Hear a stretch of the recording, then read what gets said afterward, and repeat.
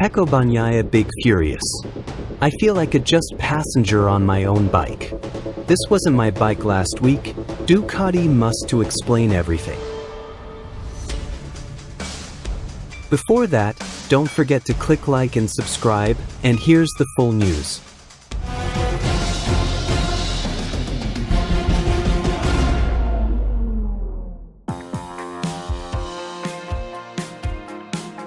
Pecco Bagnaia again had a poor result, one could say very bad, finishing last in the sprint race.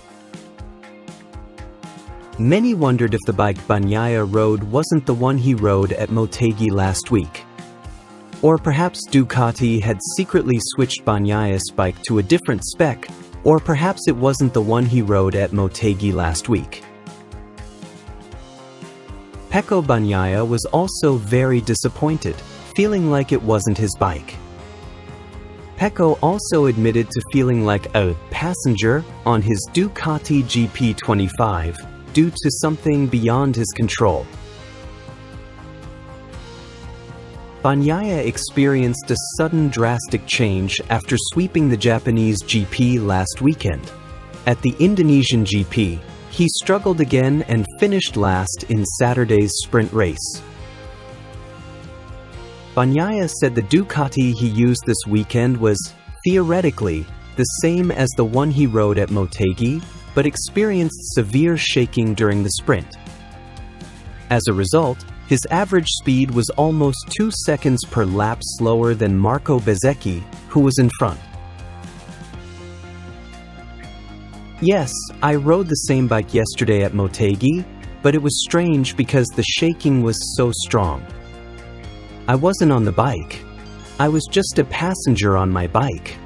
I couldn't control anything, said Pecco Bagnaia, very disappointed.